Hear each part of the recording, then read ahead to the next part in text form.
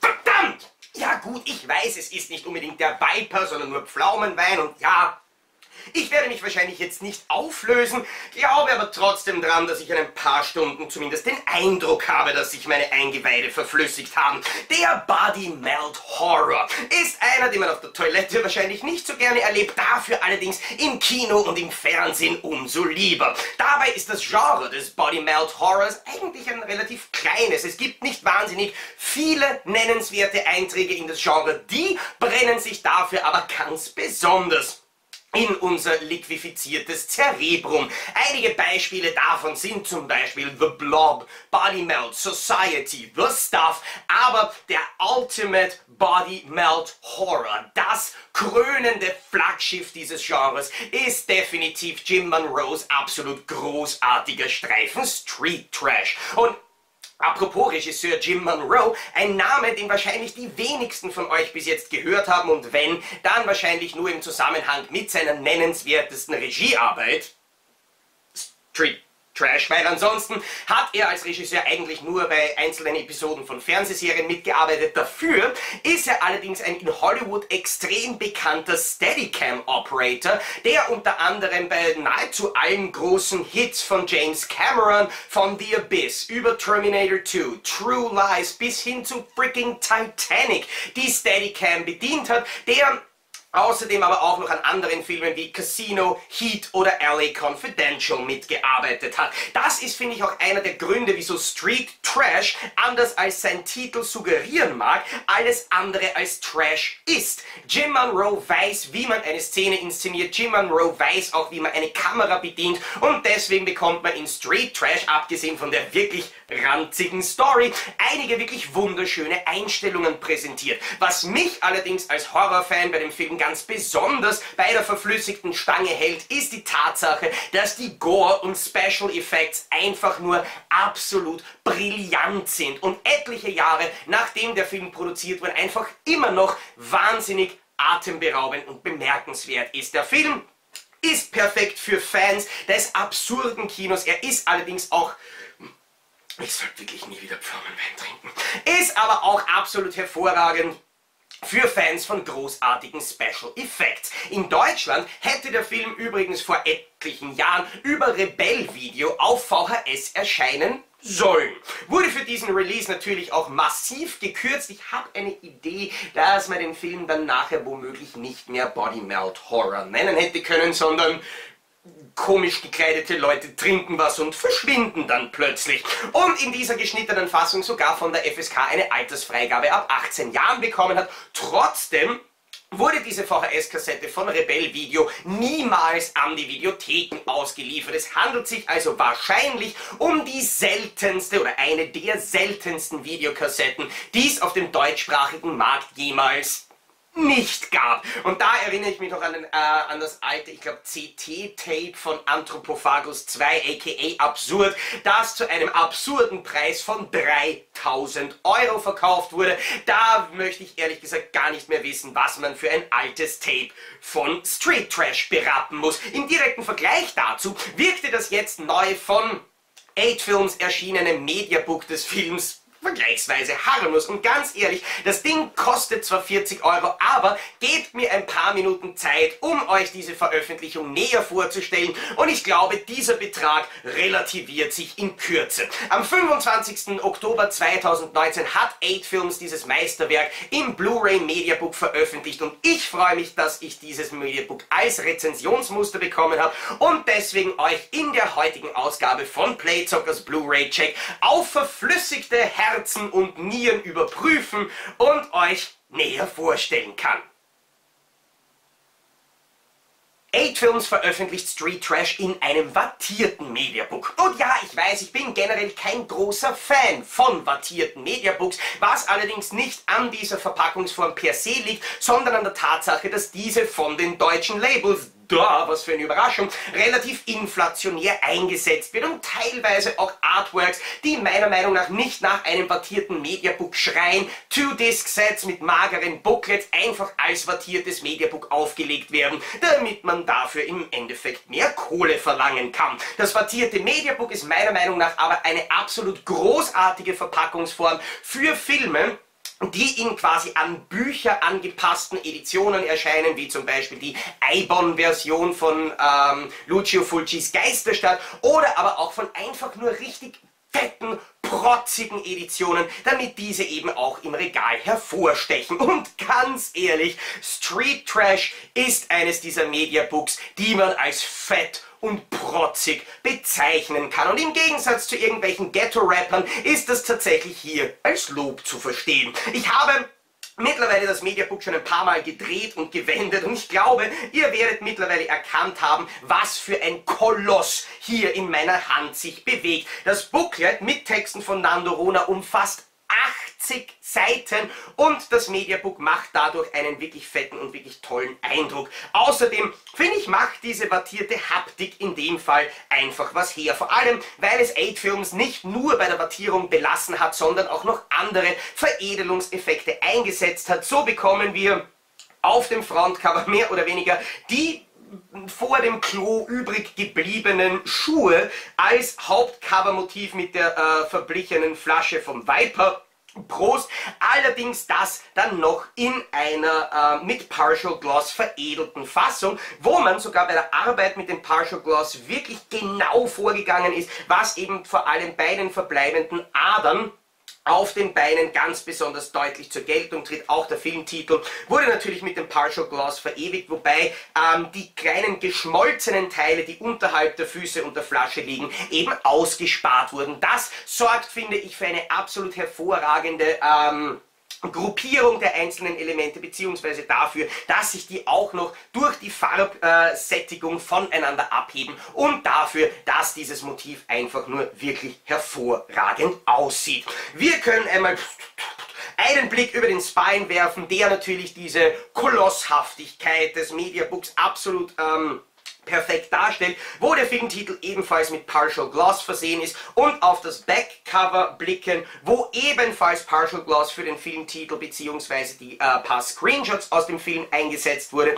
Dazu bekommen wir hier die Hinweise auf das Bonusmaterial bzw. die Inhaltsangabe des Films. Und ganz im Ernst, das Bonusmaterial ist ein verdammter Wahnsinn. Wir bekommen, und das ist nur ein kleiner Teil, den kompletten Dokufilm von Produzent Roy Frumkes Meltdown Memories aus dem Jahr 2006 mit einer Laufzeit von über 2 Stunden, der sich wirklich hervorragend und detailliert mit der Produktion und der Geschichte dieses Films beschäftigt und außerdem sogar deutsch untertitelt wurde. Weitere geniale Specials sind unter anderem der Original 16 mm Kurzfilm, der 15 Minuten dauert. Es gibt Audiokommentare mit Jim Monroe, einen weiteren Kommentar mit Roy Frumkes. Es gibt diverse Deleted Scenes und Outtakes. Es gibt Trailer zum Film, aber es gibt dann noch Interviews unter anderem mit der Schauspielerin Jane Arakawa, mit ein Gespräch zwischen Roy Frumkes und Tony Timpone, beide Specials ungefähr eine halbe Stunde lang.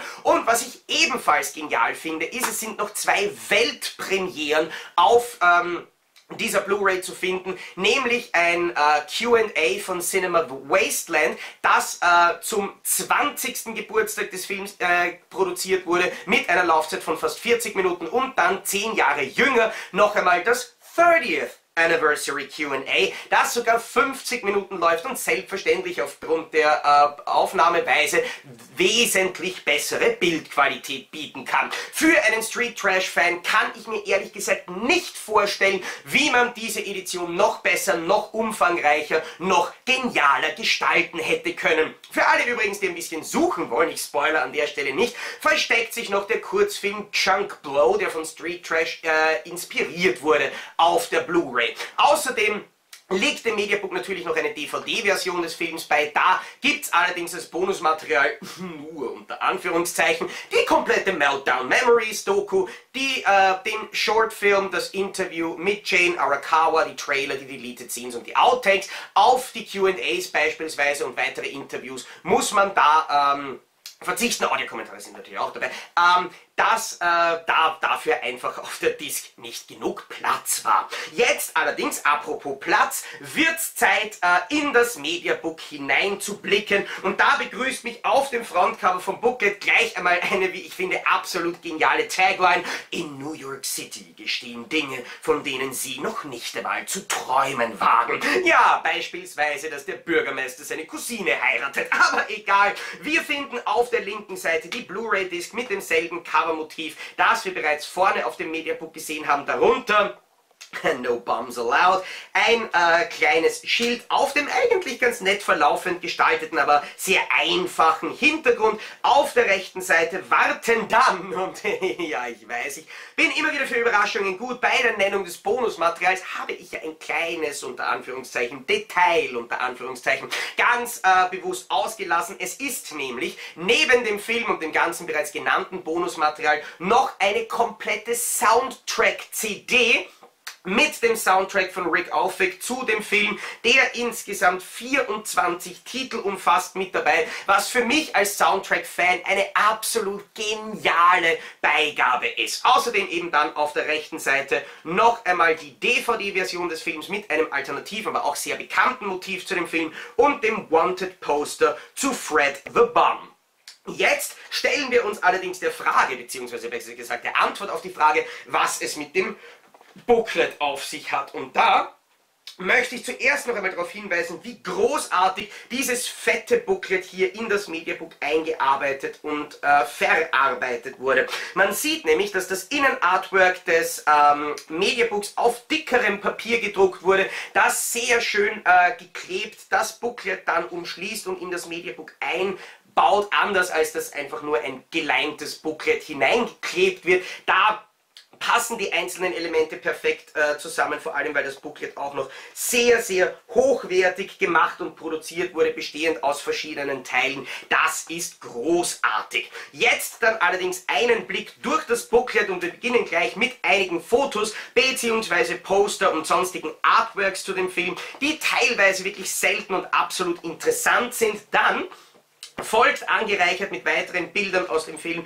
ein kurzer Text von Nando Rona, der sich eben mit dem Film bzw. generell eben dem Body Melt Genre beschäftigt. Außerdem einige wuchtige Effekte aus dem Film noch daneben abgebildet. Und dann kommen wir zu einem weiteren sehr interessanten und nennenswerten Teil von diesem Booklet. Nach weiteren Text und weiteren wirklich vor allem auch hochwertig produzierten und gedruckten Screenshots mit weiteren Artworks geht es dann weiter mit einer Postergalerie und dem Interview, das Autor Nando Rona mit dem Produzenten und Drehbuchautor und eben dem Regisseur von der Doku Meltdown Memories, nämlich Roy Frumkes, geführt hat. Dieses Interview finden wir zuerst in den gelb unterlegten oder orange unterlegten Seiten in deutscher Sprache und in deutscher Übersetzung. Zwischendurch natürlich wieder das ein oder andere absolut großartige Artwork zu dem Film, beziehungsweise noch weitere Bilder, die wirklich ein cooles Archiv darstellen. Nämlich vor allem, was mir so gut gefällt, ist, dass vieles von diesem Bildmaterial absolut selten ist und trotzdem in perfekter Qualität vorliegt. Unter anderem nach dem Interview finde ich absolut großartig diese Painting Gallery von R.F. Pangborn, die wirklich fantastisch aussieht. Danach folgen einige Behind-the-Scenes-Fotos, bei denen es sich eben wirklich um extrem seltene Fotos aus den Privatarchiven der Macher des Films handelt, die auch zu Teilen wahrscheinlich noch nie veröffentlicht wurde. Dazwischen noch einmal das Artwork von Rick Melton, das Arrow Video beispielsweise bei ihrer DVD-Veröffentlichung verwendet haben. Und dann ganz zum Schluss bei dem roten Teil des Booklets gibt es dasselbe Interview mit Roy Frumkes noch einmal, dafür hier allerdings in der englischen Originalfassung, was ich eigentlich auch relativ cool finde. Und zum Schluss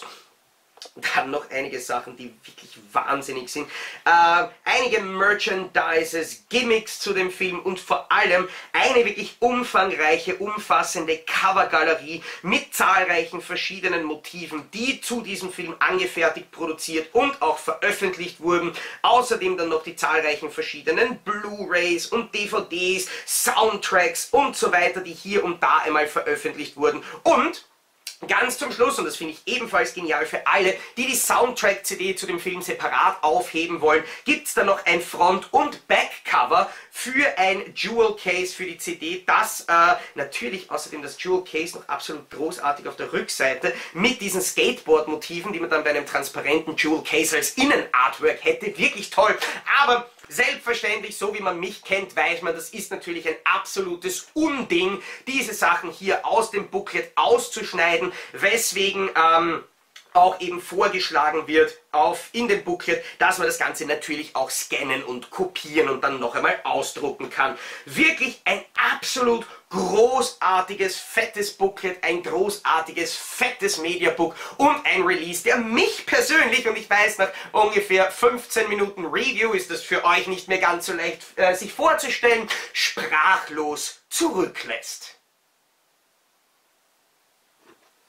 Produziert wurde Street Trash im Jahr 1987 und auch wenn er in verschiedenen Ländern wie beispielsweise Amerika oder England schon vor einiger Zeit in High Definition auf Blu-ray veröffentlicht wurde, ist dieses Mediabook von 8 Films nun die deutsche HD-Premiere und da ist für euch definitiv interessant, in welcher Qualität und Form der Film hier auf dem HD-Medium präsentiert wird. Deswegen möchte ich euch wie gewohnt im Blu-ray-Check hier auf Playzocker Reviews einige Screenshots aus dem deutschen HD-Transfer direkt zeigen. Weise allerdings wie gewohnt darauf hin, dass ich diese Bilder zwar alle selbst gemacht und nicht irgendwie bearbeitet oder verfremdet habe, sie aber natürlich abspeichern, ins Video einfügen, dieses dann rendern und auf YouTube hochladen musste, weswegen die Bildqualität der Screenshots nicht mehr 1:1 mit der tatsächlichen Blu-ray-Bildqualität übereinstimmen kann.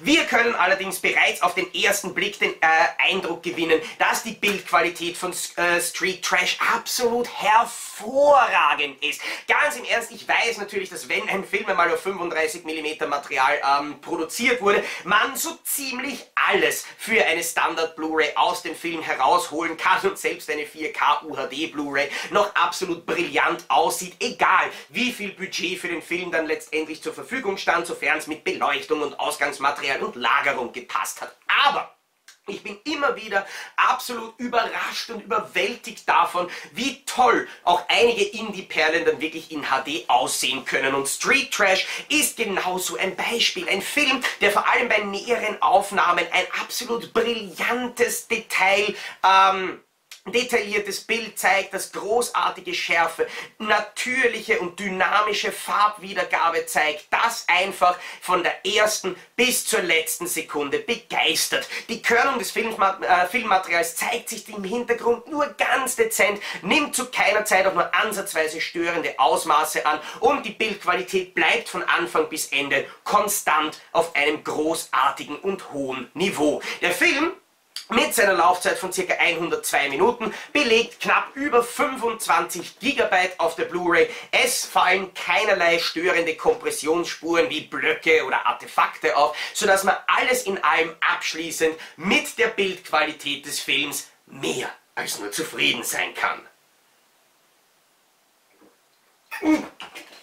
Verzeihung, ich habe ehrlich gesagt nicht damit gerechnet, dass das Fazit von diesem Review so schnell beginnt. Aber ganz im Ernst, ihr könnt euch das Fazit doch eigentlich einfach selber denken, während ich mich weiterhin hingebungsvoll meinem Pflaumenwein widme, weil ich glaube, es ist alles gesagt. Street Trash ist ein absoluter Meilenstein, der wahrscheinlich beste und vor allem gorigste Body Melt Horror, der jemals produziert wurde. Ein absoluter, genialer Indie-Streifen mit fantastischen Effekten, den ich einfach nur jedem Horror- und Splatter-Fan ans Herz legen würde, der jetzt als HD-Premiere von 8 Films in einem wirklich fantastischen Mediabook aufgelegt wird. Die Bildqualität der Blu-ray ist phänomenal, das Bonusmaterial einfach nur unbeschreiblich umfangreich. Außerdem gibt es dann zu allem Überfluss, Überfluss, get it, noch den Soundtrack als CD mit dabei und ein 80 Seiten starkes Booklet. Ganz im Ernst, ich verstehe immer wieder Leute, die drüber jammern, dass Mediabooks teuer sind, vor allem, oh nein, 40 € für ein martiertes Mediabook, das ist ja wirklich, wirklich viel.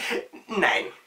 In diesem Fall, für diesen Umfang, für diese Edition, finde ich das ehrlich gesagt nicht nur normal gepreist, sondern eigentlich sehr fair und sehr toll für das, was 8 Films hier für einen Aufwand betrieben hat, für das, was sie sich angetan haben, alleine die Privatarchive ins Booklet abzudrucken, großartige Behind-the-Scenes-Fotos, weltexklusive, zum allerersten Mal veröffentlichte Specials und Goodies.